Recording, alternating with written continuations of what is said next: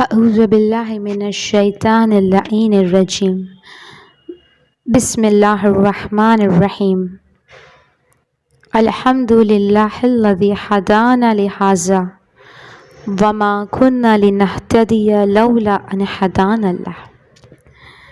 عزیزو، علامہ عبدالحسین الامینی جو صاحب الغدیر ہے، وہ اپنے خود کا ایک واقعہ بیان کرتے ہیں، یعنی جو ان کے خود کے ساتھ ہوا ہے۔ وہ بیان کرتے ہیں کہ عراق کا اس زمانے میں جو وزیر ثقافتی امور تھا عراق میں، وہ سنی مزاربی ہوتے ہیں۔ وزیر ثقافتی امور جو تھا وہ غیر شیعہ مسلمان تھا، اور اس کی ایک ہی اولاد تھی۔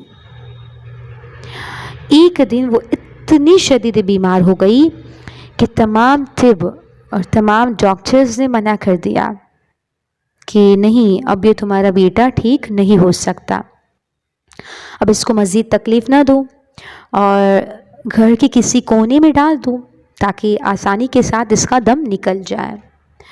اب وہ ہر جگہ سے نا امید ہو گیا، یعنی ہر جگہ ہو گیا لیکن ہر جگہ سے نا امید ہوا۔ تو کسی نے اس وزیر ثقافتی امور کو کہا کہ اس کو بتایا کہ علامہ امینی کا، کہ کہا کہ یہ جو علامہ امینی ہیں وہ اپنے آقا و مولا کا بہت زیادہ دم بھرتے ہیں اور کسی کو ان سے بڑھ کر نہیں سمجھتے۔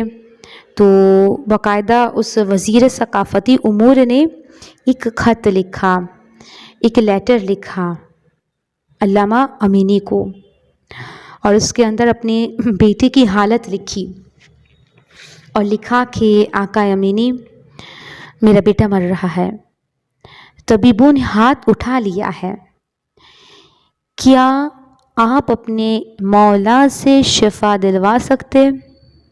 بس ایک مختصر سا اس نے خط لکھا، اور وہ لیٹر، وہ جو خط تھا وہ لیٹر تھا، اس نے اس کو اپنی آدمی کو دیا اور کہا کہ اسے علامہ امینی کے پاس لے کر جاؤ اور اسے یہ خط دے دو۔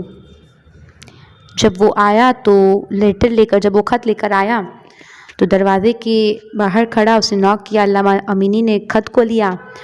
اب وہ جو شخص آیا ہوا تھا وہ دروازے کے باہر کھڑا تھا، انتظار کر رہا تھا کہ وہ اس کا جواب دے دے۔ اب علامہ امینی نے فوراً اسی وقت خط کو اٹھایا اور اس کے پیچھے اس کا جواب لکھا۔ کیا لکھا؟ بسم اللہ الرحمن الرحیم، خدا نے برکت امیر المؤمنین کی وجہ سے تیرے بیٹے کو شفا دے دی ہے۔ خط لکھا، فوراً اس آدمی کو دے دیا۔ اچھا عزیزو، یہ نہیں لکھا کہ خدا شفا دے دیں گا، کیا میں نے خدا سے درخواست کی ہے خدا دے گا شفا، نہیں۔ کیا لکھا؟ خدا نے برکت امیر المؤمنین سے تیرے بیٹی کو شفا دے دی ہے، اور بس یہ لکھ کر خط کو بھیج دیا۔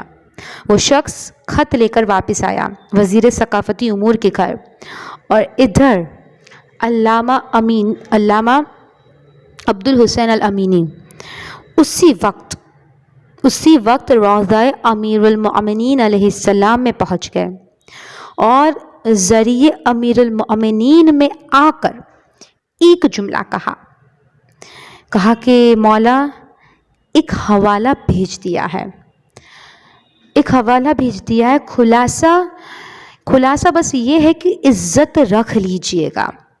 اچھا، ادھر وزیر ثقافتی امور کو وہ خط ملا، اس نے پڑھا اور پڑھ کر بھاگتا ہوا، دوڑتا ہوا اپنے بچے کے کمرے میں گیا تو دیکھا کہ وہ بستر مرض پر لیٹا ہوا بچہ حشاش بشاش میں بستر کے اوپر بیٹھا ہوا ہے۔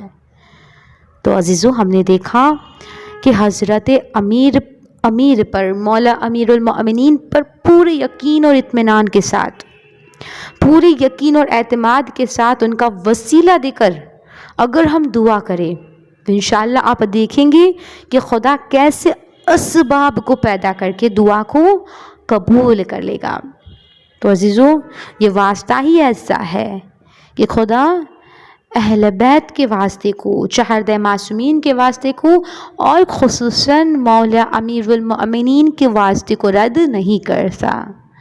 تو ہمیں چاہیے کہ ہم اپنی دعا میں اہل بیت کی واسطے کو شامل کریں اور خصوصاً مولا امیر کے واسطے کو شامل کریں۔ وآخر دعوانا ان الحمد للہ رب العالمین۔